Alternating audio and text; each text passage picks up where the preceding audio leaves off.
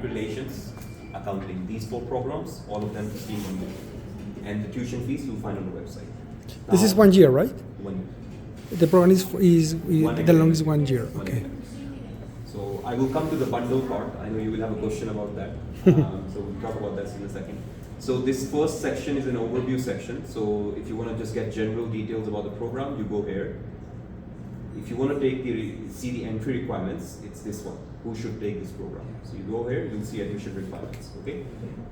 Admission requirements, by the way, are the same for all programs. You need 60% marks or a C average at least in your bachelor degree.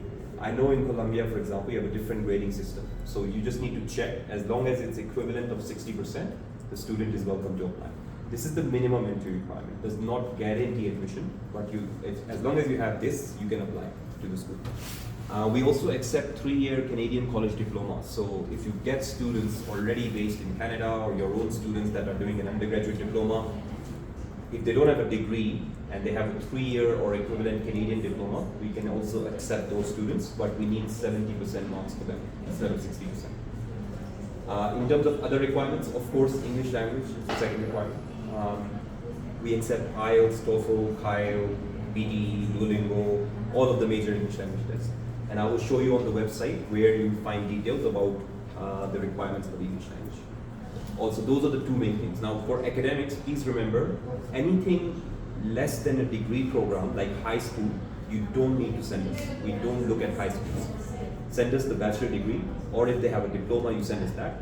Or if they have a master's, you send us that. Or if they have 2 diplomas, 2 degrees, you send us that. Everything after high school, you send. We also need the students to send us a CV. Okay? And then the last thing we need is a video statement of interest. Now this is interesting because I know this is not something the students will appreciate because they want to have an easy process. And this is for them, I think they will be reluctant because they're thinking, oh man, I have to do a video, blah, blah, blah. But please try to tell the students that this only has 20% weightage on the application. So 80% of the students' admission depends on the academic criteria, everything else. This is only 20%. And we do this because it helps us with a number of things. One is, of course, the motivation of the student. Second is visas. So one of the reasons why our visa success rate is actually above average is because we do some extra things that other universities don't do, which I will also tell you about in a second. And this is one of them. So this video needs to be not too long, between 1 to 2 minutes max. Nothing more than 2 minutes is too much. So maximum between 1 and 2 minutes. And the only thing we need to tell the student to ask is, first of all, give a small introduction. My name is this, I graduated with this, right now I work with this or do this. And then talk about the program. 3 things mainly. Why am I applying for this program? Why is this program good for me, or why did I select York University for this program? And thirdly, how is this program going to help me with my future goals? So just the normal things that you will write in a personal video statement, written statement, it's the same thing you will have to speak out here in the video statement. Now when doing the video statement, please remember that it's okay for the student to first write it, okay? And then, of course, you don't have to show that you're reading it out, right? But put it here or read it out, like all students do that, it's fine. As long as the student's written it, like there's no problems with that. So tell them not to worry. Practice maybe, or record it even from their phones, no problem, whatever they want to use. And tell them to write it, because maybe if they're just speaking it, they might be shy, they're worried about their English, making mistakes. So if they write it down and then they read it out on the video, then it's absolutely fine. And by the way, of course, we are looking at the students' English skills also when we are looking at this video. But again, the reason for this is not to just check the students' English. It's to see the students' motivation, basically. So if they're making mistakes with the English, don't worry about it too much. As long as they have the required English score, they will not have any problem. Unless, of course, they are not able to speak at all, or they're having serious problems, then it's a different thing. Okay, now the other important thing, the students will ask you about courses. What am I going to study in the program? So you go to the courses section. This is where you find the exact details. How many number of classes you have for each subject. How many number of hours total will I study? So 39 hours in total. Now, you might like this because there is a lot of flexibility for students coming into these programs. The classes are only 3 days a week, 3 hours a day. And there are 2 options. morning or evenings. Evening? Yeah, there's two options. Because we are increasing the number of students, we have to offer 2 sessions because we can't fit everyone in the morning session, for example. Now, this is something we do get requests from students that please put me in the evening section or please put me in the morning section. We have no problem with that. As long as they request it on time, no problem. If they're going to request it a week before the start date, maybe we cannot accommodate them because if we are full in the morning, of course, we cannot make extra space. So do let us know in advance if the student wants to take a particular session. They must write to the school and organize all of that in advance. So because of this reason, there's a lot of flexibility. Imagine if someone wants to work or do other things, it's so flexible. Okay. Now, in terms of the application process, it's very easy. Go to the enroll section. It will take you to this part of the website. Now here you will see all the next intakes that are open. Okay. Bashar, I have a question. In these programs, they can find just international students or they can find local students? That's a good question. I think it's both. I know that, no, in fact not. I think the classes for part-time are slightly different, unless they're in the evenings, because the part-time students don't have classes in the morning, they're all working. So they usually come in the evening and take classes. So maybe in the evening they might be mixed up with some of the other students that are Canadians or PR. But I need to double check that. But in order to do a networking, I think it's better on the evening because they can find a pair of people who lives in Canada, right? That's right. Because it could be it could be positive, good sales point to sell the people that, because they are going to know people who are working, especially even in this field, right? That's right. And that's not the only thing. We also do some events. We have this event which is called 10,000 Coffees, and it's sponsored by RBC, the bank RBC. This is a very popular event for our students because what we do is I think it's periodically, like maybe every quarter or something, I think. We bring all the students together and we organize an event. We call all of our teachers. By the way, the people that teach these programs, remember that these people are instructors and from the industry. So all of these people are people that are already working in different organizations in Toronto on senior positions. So when you liaise with these people, these are Canadian people who are already working in organizations and they're managers, directors, senior level people. So when you connect with them, you can get a lot of feedback about the job market, how do I apply for jobs. Sometimes what happens is these teachers have a job in their company. So what they will do, they will tell students that I have an opening. So if you're doing well, it's a good chance if you're connecting with them well, they will introduce you. And what you will also see very often is like Christine Brooks, who's our vice president, the lady that I showed you in the video. If you go on her LinkedIn profile, tell your students to follow these people, the instructors and all the, because they are always posting new jobs, always posting jobs on their LinkedIn profile, and they will say this is for our students. So what happens is the organization, the instructors are bringing these positions and they're telling us, okay, you know what, we have this opening. So of course, if someone's been teaching at York and they're the hiring manager, why would they not take a York graduate? Of course they would, right? Also remember that being one of Toronto's largest universities, we work very closely with the local industry. So every time there's a new program coming in, it's designed in collaboration with these industry people. What happens is they come to us and they say, for example, digital marketing. The way this was designed is the industry people, they came to us, they sit with us, our board and other academic people, and they say, okay, we have demand for this. Can you prepare a program to prepare more graduates? Because we are not finding the right people to do those jobs. So this is how we design and deliver our programs.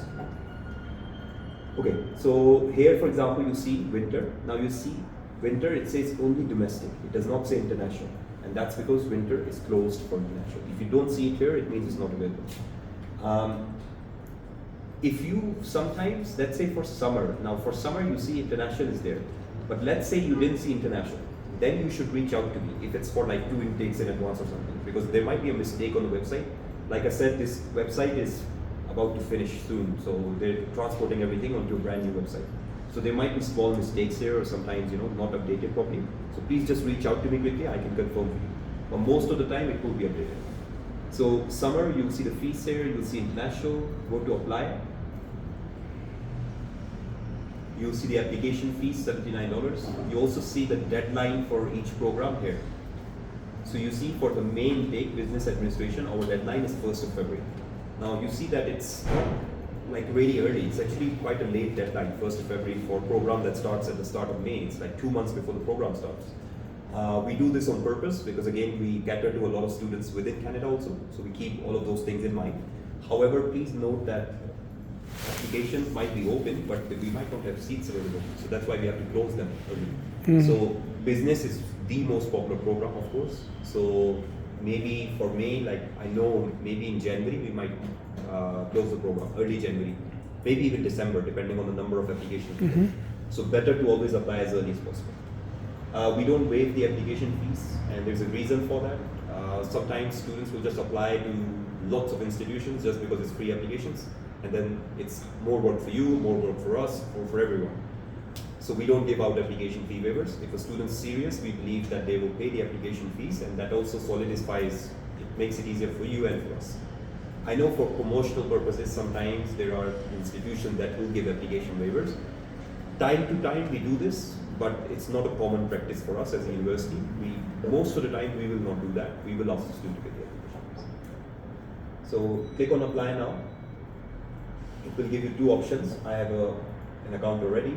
Of course, they will not have an account as a new student. So you go, I'm a new user, and then you put their email and stuff and you register there. Can I close this? Okay.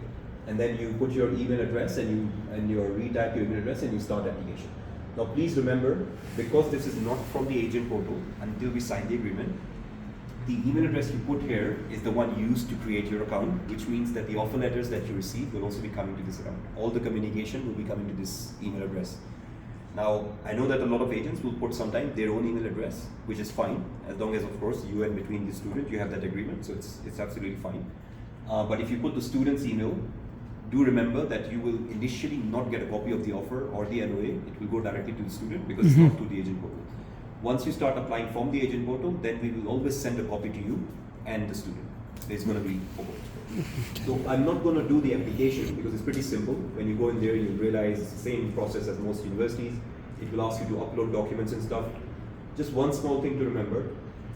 If you have any students that want a conditional offer with English, you have to indicate it in the application. When you're filling the application form, there's a small section which says, are you looking for like a conditional offer with English? You must click that if you are looking for a student for 2 offers for English and certificate. If you don't click it and you upload an IELTS score of, let's say, 5.0, this application will get rejected and they will not make you any offer. But when you tick it, they will know that you're looking for a conditional offer, because normally we don't give out offers for students unless they indicate that they will take our English program. One also important thing to remember, we don't accept IELTS pathways or LSE pathways or any other pathways. And I know that from a business perspective, that is difficult because most students will take IELTS case, they will take other English language programs. But please remember that for our university, we are not looking to get into that market. We are not competing with that segment of the market because we are a completely different type of language institute. We are more of an institute for people that are okay with investing more money to get a better quality education and a better quality experience. Because our language, like I showed you, all of the classes, everything, 100% of our faculty members are at least PhDs or at least master holders for our. We pay maybe 6 times more the salary that IELTS pays to their teachers per year. So really? Of course, yes. So, and I don't want to quote you. I can imagine how is your salary, man. six times than Oscar. I tell you, you'll be surprised actually, because if you see, just Google Indeed and see what the teacher salaries are like. You'll see. So one thing about York University is being a large university, they do pay very well. Oh really? 6 times? Not just the teachers, even I'm fortunate. This is why we enjoy coming to these markets and doing all this. Okay, so yeah, I just wanted to let you know that we can't compete with that, and but there are other ways to go around it. You can still ask the student to take the English pathway here, do IELTS stuff, just get them to do a Duolingo afterwards. They just have to pay the extra $50-$60 for a Duolingo, right? I know a lot of them will not agree to that most of the time because they don't want to do an English test at the end. They will find it easier to just take this test and use it to get into a college, right? Rather than doing an English test. But if you do get a student, look, just explain to them, they will save a lot of money with their certificates, $2,000-$3,000, right? For a normal program most of the time. So it's worth spending $50 to do an English test and saving all of that money because our tuition fees for certificates are lower. And then you might find other type of profile students, for example, a working couple, no problems with the money part of things. Maybe they have a child also, so they don't mind investing a little bit extra to get the real experience. And because visas also, if you're more mature, let's say 30, 35 years of age, you know that they have a better chance of getting a study permit if they go to a university as compared to perhaps a college. And I'm not trying to say that colleges are reputed institutions, they're very good institutions, but of course there is a difference and you cannot ignore that. We are a university and that's a college. So that's to do with the application. I hope that is easy and clear. Okay, going back to the programs, so very quickly. In your opinion, what is the easiest test? Duolingo? There's no doubt. Probably the easiest. What is the minimum score? So right now it's 115 for us. So this is another thing. Now our English requirement, we just changed it from September 2024. It's going to be 6.5 overall and at least 6.0 in each section. Anything less than that, you have to take the English program. Until May 2024, this is the last intake left where we can accept students in 4 or 5 programs with a 6.0 overall, which is lower than anyone else in the market. So business, digital marketing, accounting, human resource management. All of these programs require 6.0 overall, or Duolingo 115. But from September, it will increase. So of course, I think Duolingo will become 120 or 125, whatever is equal to 6.5. And then IELTS, of course, is whatever it is. Also, let's show you this. So if you want to see the language scores required for each program, you go to English Language Institute. On the right-hand side, you see this thing, proficiency pathway. Okay, open that. And then you scroll down. Here you see the requirement listed. Now this is again the older requirements because the new requirements will come in place from September. So as per the old requirements, you see here IELTS 6, self-this, CAMLA, TOEFL, Duolingo, Kyle, and PTE is not mentioned here, but we've started accepting PTE as well. So I will send you a separate table. It's the PDF document. It's the new English language requirements. And when you use that, you'll be able to see the details.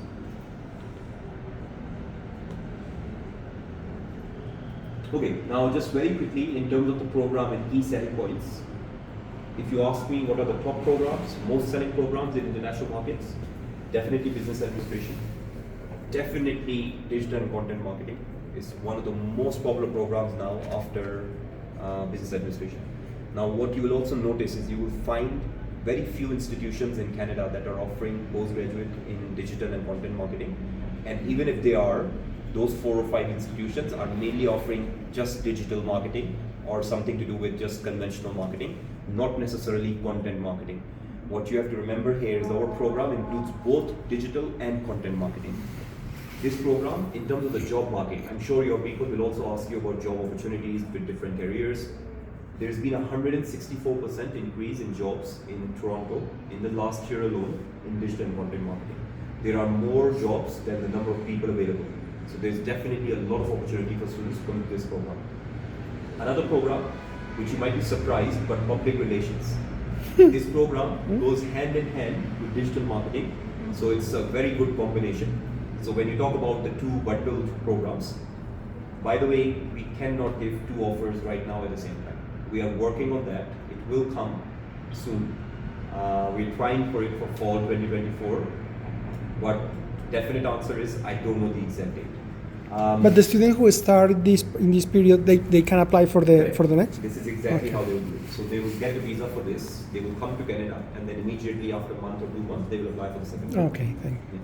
So, and the requirements, of course, they will have nothing to do with passing this program. Their requirements will be based on the previous education, and they can still apply and get admitted to this program. So public relation, there's been a 20% increase in job in this also. And most of the times you'll find that in Canada, if you're applying for a PR job, they prefer people having PR and digital and content experience. And if you're applying for a job in digital content, they will also explore, so it works both ways. So if you're doing these 2 programs, you're making yourself very employable. And it's a very good program and combination to take.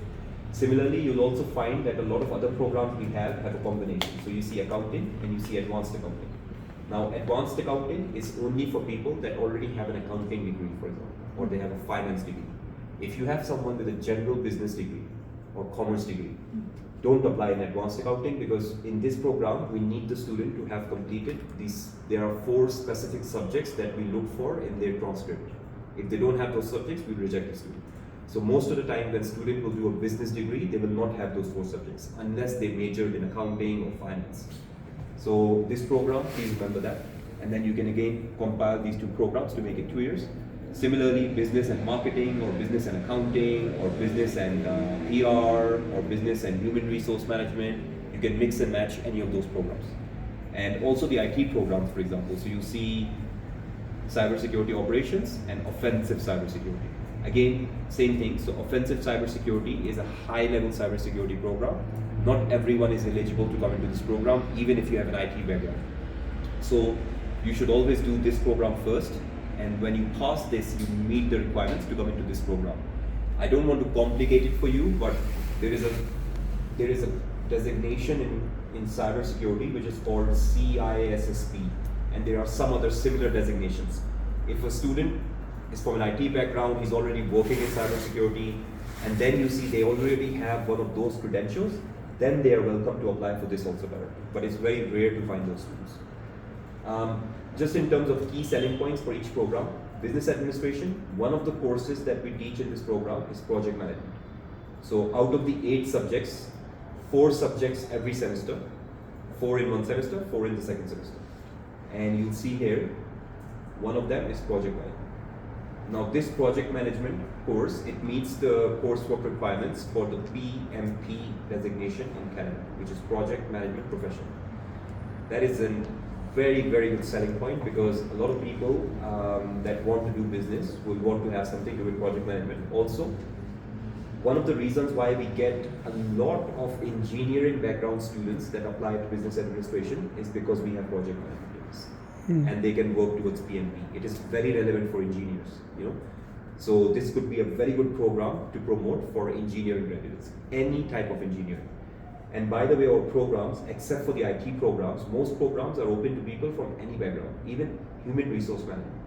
You might have a degree in sciences and now you want to apply for human resources, absolutely fine, there's no problem with it. Similarly, accounting also, because these programs are designed for people that want to also switch careers. And these programs are designed in such a way that they are for people that are starting from the very scratch, like even if they have no background in the previous studies. Okay? Sometimes we have problems with the visa with this criteria, right? So yes, but as long as you're able to justify. For example, for an engineering background student, it is very easy to justify why they will take business, because you're already an engineer. You can register in Canada by doing an exam and getting your engineering license. But if you want to get into a management position or a team leader, supervisor, you don't have those management skills. So this is how we try to do it. But yes, you're right. Someone, let's say with a medical background applying for accounting, doesn't make sense. Business is easiest to fit with any other careers, I guess. So, okay, and one other thing is you see this course called Applied Capstone. You will find this course in pretty much all of our programs, because we don't do work placements, we don't do co-ops. And the reason for that is we want the students to graduate and get into the job market as quickly as possible. So these are fast-track programs. But please remember that they are 2 semesters or 1 academic year. As you all know, in Canada, 1 academic year is always going to be 2 semesters. So our students are eligible for a work permit for every single program that is offered full-time at the university for 1 year. If you do 2 programs, you can apply for a work permit of up to 3 years. So it's the same process as any other institutions, the same thing. In fact, it's actually an added benefit because the student will actually finish early. They don't have to. Another way of doing this, like we could have added a semester break in between and just stretched the program to 12 months. There's no point doing that, in our opinion. And again, this is why, as a university, we don't do that. You will find most university certificates will be 8 to 9 months, 2 semesters back to back. I have a question. The students can work on campus? Yeah, if they find a job, of course. But it's difficult? It's difficult to find a job on campus? See, there's so many students on campus, so of course it could be challenging, but I know some students one of our students, he got a job, he did a postgraduate certificate in human resources, and he got a job in the HR department at York University. So it depends on. But I'm talking is about during the time when they are study, no after graduate.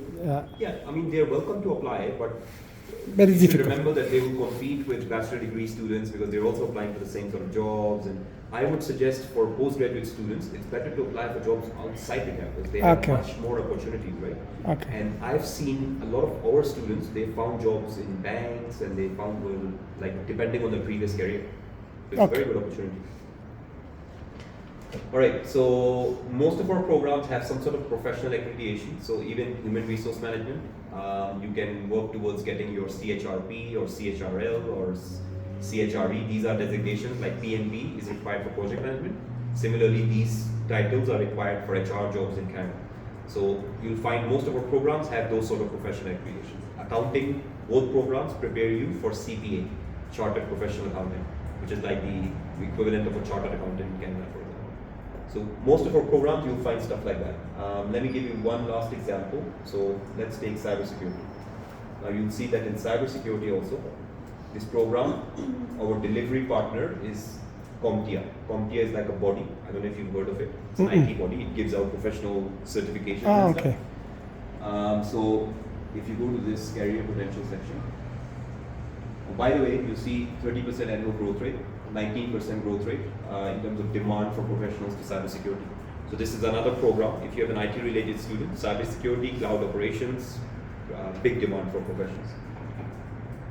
So if you see here at the bottom, when students come into this program, we, in their tuition fees, the fee for taking an exam to get this certification and this CYSA is already included. So what happens is we will be preparing them when they are learning in the program, and then they can take the exam voucher from us and go and sit in our lab to do these 2 exams, and they can also get these 2 certifications. So when they graduate, they have a certificate in cybersecurity with York, and they also have CYSA and Security Plus. And that of course makes you a lot more employable. And the same thing with project management, same thing with CHRP. So highly recommend students to take some of these designations. Okay, offer letters, official time 4 to 6 months, just like most institutions. However, between me and you, as long as you let me know once you've submitted an application, I will do my best to get you an offer from 7 to 14 days. I've done the same with a lot of our partners, and once you start going, I'm sure you're going to need some of that assistance from us, of course. And I know that you guys prefer, of course, working with partners that are more fluent, more quick with their offers, responses. So that's one thing that I can assure you of. See, I've worked for an agency myself a number of years ago. And by spending 15 years in this industry, one thing I've understood is unless you're able to do all of these things, you can never make it work between an agency and the university. This relationship depends on the service levels that we as an institution also provide. So I know that some of our universities in Canada are not like the Australian universities. They are way ahead of us when it comes to thinking about these type of things. But again, we are trying to get there, especially universities. And again, please don't take it as a general opinion, because I'm not taking into consideration colleges. I'm talking about universities in particular. So we have certain policies we know we have to change to make it more flexible, but find people like me in the industry and my colleagues and others at other universities that will do our best to help you with, because we have an understanding of how important this is for you. Tuition fees, we need students to pay 30% deposit. Usually you will see the exact amount in the student's portal. So if the program is 15,000, deposit 4,500. If it's 17,000 something, I think it's 15,000 something deposit, 5,000 something. So you pay only 30%, you get the LOA, letter of acceptance. Now, along with the LOA, this is another thing that we do differently as opposed to other institutions. Automatically, the student will get 2 letters when they pay the tuition fees and they get accepted. One of them is the letter of acceptance, which is what you know about. Something else called visa support letter. This is like, when the student does a study plan to apply for the visa, we do a study plan for the student, written to the visa office, which has the student's name and details on the top, and it's addressed to the visa office, in which we write down, okay, so the student's coming to take our program, we have a history of preparing graduates, we've been offering these programs X, Y, Z, this is how we've prepared graduates in the past, And then in the second paragraph, we write down some of the things that we do that other institutions don't do, like this video statement, for example. And because of this, we've noticed that our visa success rate is actually slightly above average, I would say. We don't tend to get as many rejections because, again, we are very careful with the quality of students that we receive. So even though the student can pay 30% deposit, they can apply for the visa. Before the start of their program, they must clear the fees. We do not allow semester payments. And that is another thing that is mentioned in this visa letter. And because of this again, and I have had multiple meetings with the visa offices in different parts of the world, and they've categorically told us in some parts of the world that they prefer students paying. This is why they give the SDS scheme to Colombia, to Mexico, to other countries, because they want to see students paying the full fees. I know that visa for Colombians is not as difficult for some of the other markets, which is very fortunate. And you have the SDS, and I also know that because students take Duolingo or they take Pathways, sometimes they don't apply under SDS, which is all fine. But again, we do recommend, in fact, we would require the students to pay the full fees before the program started. Okay. But yeah, they can pay the deposit and of course apply for the visa. And let's say they're going for May intake, we request them to pay, let's say the program starts 10th of May, they have a deadline to pay the fees by the 9th of May. So you can go there and pay, or pay from here once you receive your visa with refund, 100% refund, as long as you get a visa refusal and you apply before the start date of the program. If you apply even 1 day after the start date of the program, there will be a deduction from your deposit that you paid. What amount? It depends on the courses and how much the courses cost. Most of the times they will deduct the fees for the courses because they're very strict with this. You will have no problems whatsoever with the refund as long as you apply for the refund by the deadline. In certain extenuating circumstances, for example, the student had a medical issue or they had a family issue, something really bad happened, yes, if they provide evidence why they were not able to apply for refund on time, then we might make exceptions. Okay. But for that, we have to send it to senior people upstairs, and they have to approve it. So it's a long process. Not long, but it's a tedious process. Deferrals, we allow students to defer also. If a student get a visa refusal, we allow up to 2 deferrals. There's no fees or anything for that. There's just a simple process. There's a link I'll send you. It's an online 1-page form. Just fill it out, indicate which session you want to do it, why are you applying for a deferral, and then we will process it and issue the new LO. Even for deferral, please make sure you apply before the start of the program. Anything deferred after the start date, problem. Okay.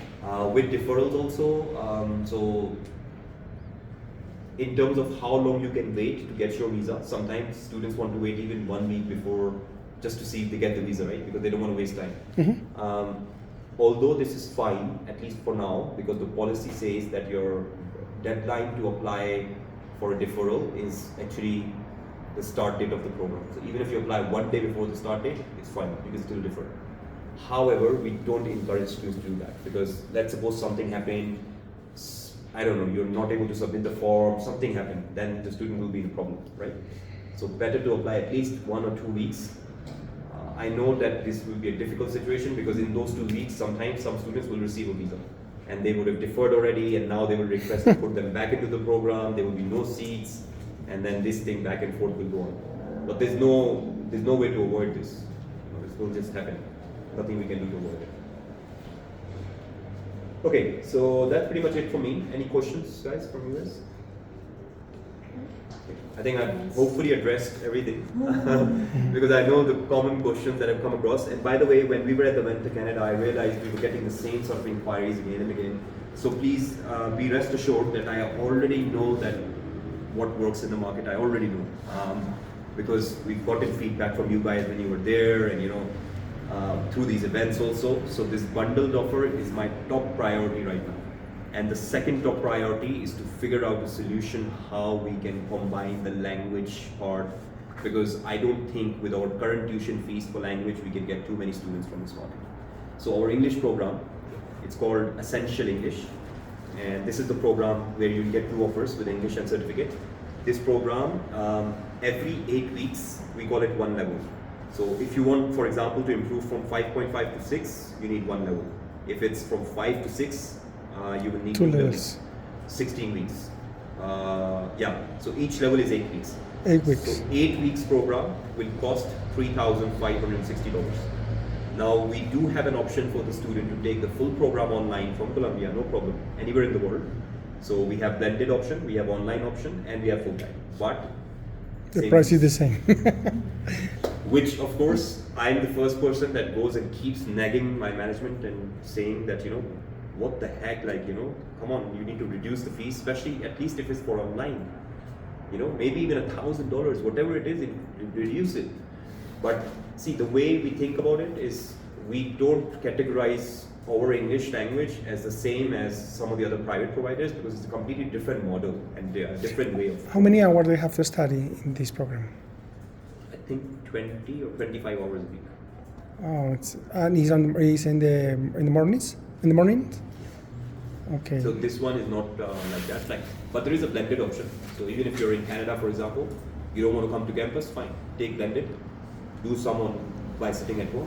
I would think it is for persons who are here. Yeah. That how many hours they have to spend and in what schedule, because if they are working, Sure. they cannot assist at Correct. all the So, classes. Let me just quickly show you where to find details of that language program too. So we've just made some changes to our programming, which is why I don't remember the exact. But this is a kind of pathway, right? This is a pathway. We do This have a pathway. okay. It is how is the evaluation? They have to pass test to pass to the another level, or Yeah, so there's no test. If you pass the program and you get a certain grade, you don't have to sit any English test to then start the certificate program. Passing this program will mean that you automatically will be able to go into your certificate program. However, at the time of admission, like some colleges or institutions will have their own test, right? And they can do it for free for any student. We also have an online test, which is free of cost. However, again, we don't allow students to just do the English test. Like, for example, tomorrow if you say to me, I want to check a student's English, want to do certificate, can they do their English test? The answer is no. And the reason for that is the school does not want to get into that because we know we will be doing too many English tests and